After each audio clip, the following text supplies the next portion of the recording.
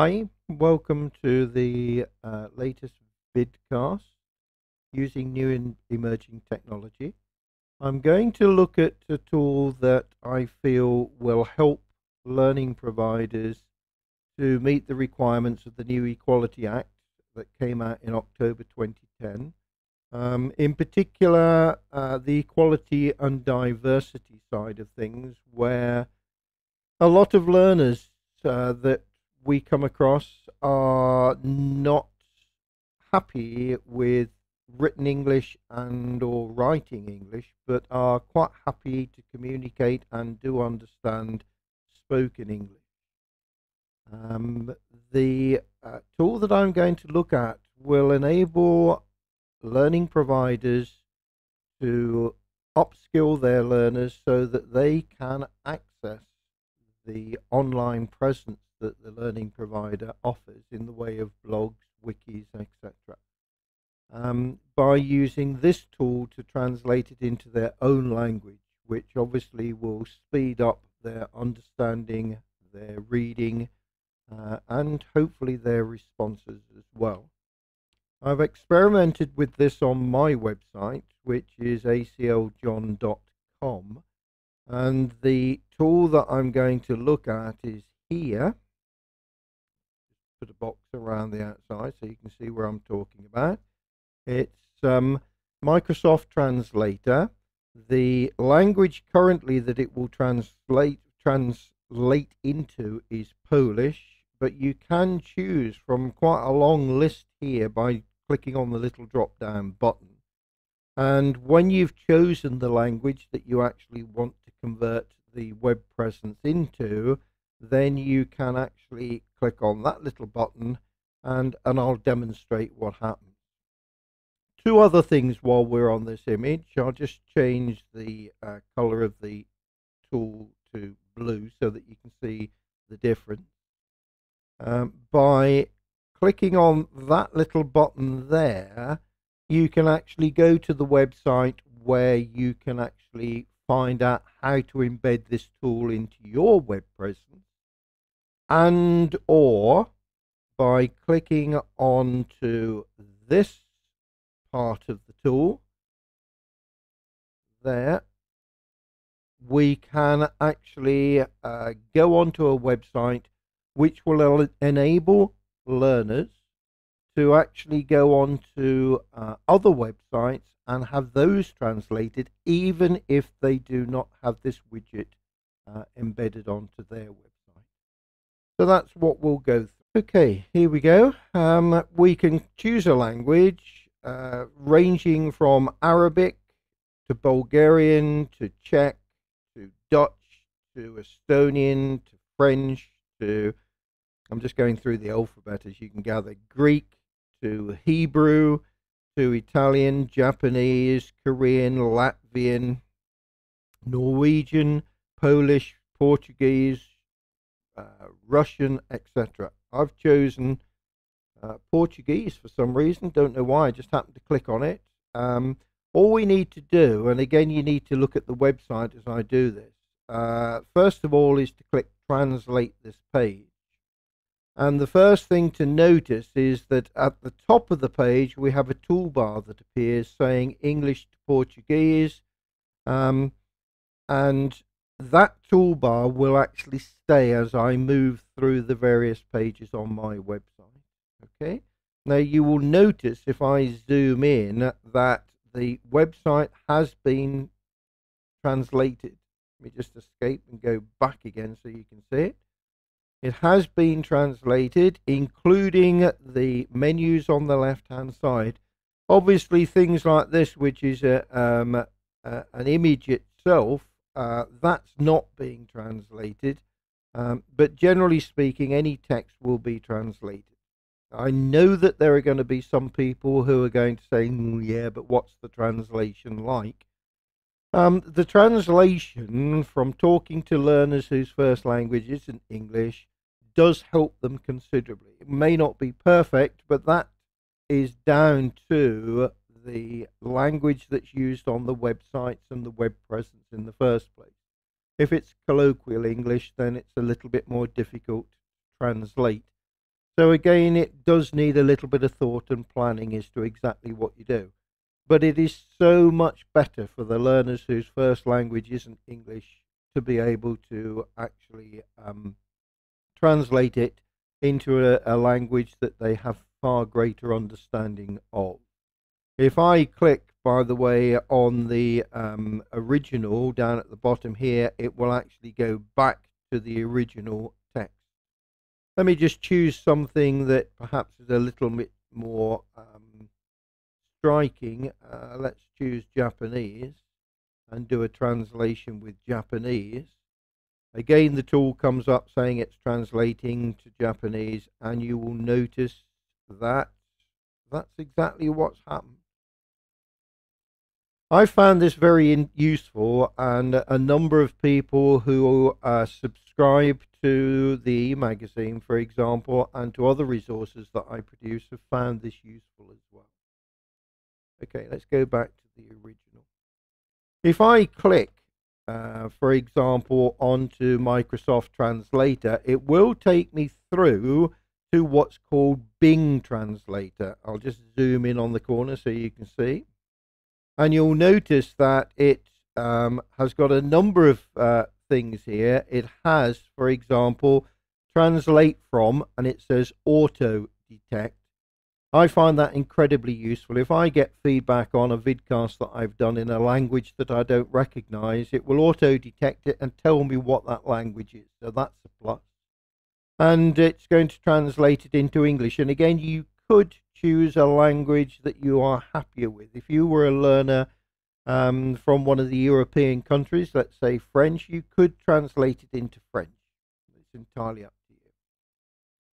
Down at the bottom, and this is the interesting part, you can either add text and it will translate it for you, or more importantly, you can add a web page URL. Okay. So what I'm going to do is I'm going to type in here the address of the RSC Northwest website. We don't have Microsoft Translator embedded on there. I experimented, as I said right at the beginning, on my website. Now, if I actually click on the Translate button, and the Translate button is here, look at the top of the, or near the top of the page. Okay. First things first, let's just choose a language that I want it translated into. Let's take Polish and click Translate. What happens now is that it goes to RSC Northwest website, as you can see, and having actually gone through that, it's in the process. There we go. It is translating the whole of that website into Polish. Now, more importantly, I suppose, let me just show you, is that you have a number of options here. Let's just choose red so it stands out on the blue background. You have a number of options here of different views that you can use for your translation, which for different learners would have different preferences. And basically, we've got, if I can remember, we've got first of all this one where you will have the English version of the page on the left hand side and the Polish version on the right hand side, so you can compare the two. The next one, as you would expect from the little diagram, is that you will actually have one language above the other.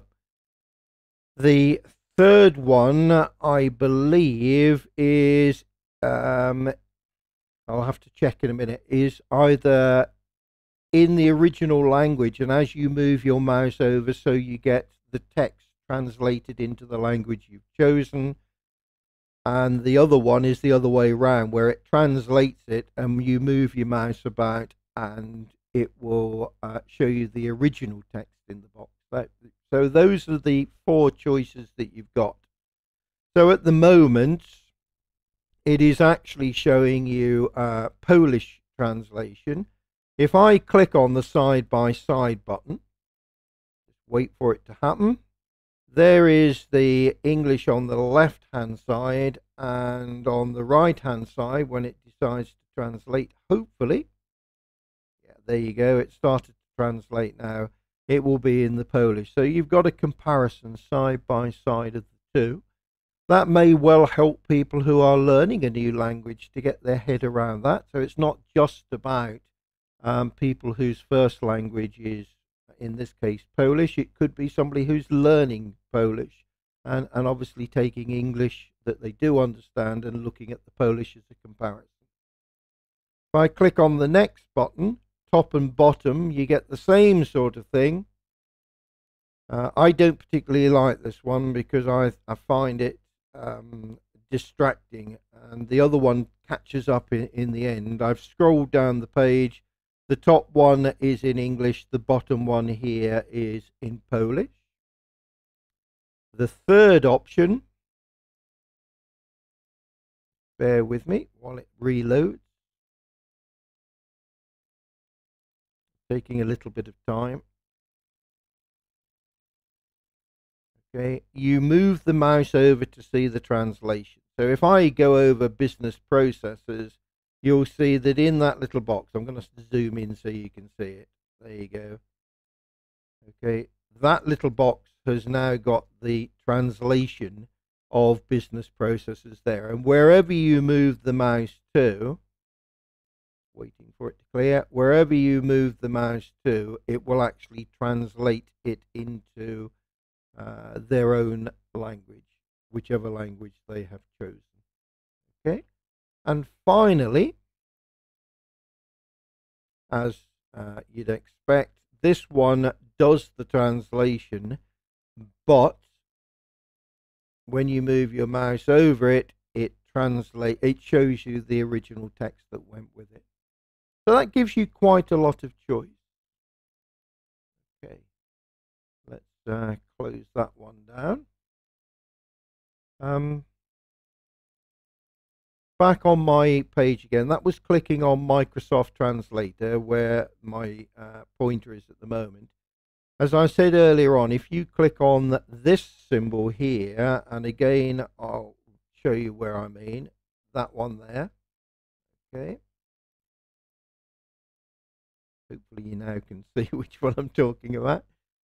If you click on that one, it will take you to here where you can actually embed the translator into your web presence. It's just fairly straightforward. You put in the web address that you are going to host it on. You choose the language that the site is, and for most of us, our site will be in English. You can display a control in the widget which will allow you to choose the language, as I have done. You can choose the color. If again, I'll just show you where I mean. This is a preview down here of what you're going to use, and you can choose the color from this list down here, and you can alter the size of your widget and what it will look like by moving this slider backwards and forwards. Okay, so on my website I chose green, and again you can alter the shape and size. There you go. I think that's roughly what I chose for mine. Having done all of that, and you'd have to do the whole thing, then you will actually be able to get some code. You'll need to log in for this, but you will get the code that you can then embed on your website or your blog or your VLE or whatever, and then you can do the translations as and when you want. I hope you found that useful. I hope that your learners will find it useful, especially those whose first language isn't English, and or your learners who are learning in a new language. I hope that they also find it useful. And if you think of any other uses for Microsoft Translator, then please let us know. Just remember, the translations may not be perfect. It depends on the original text as to how easy it is to translate automatically.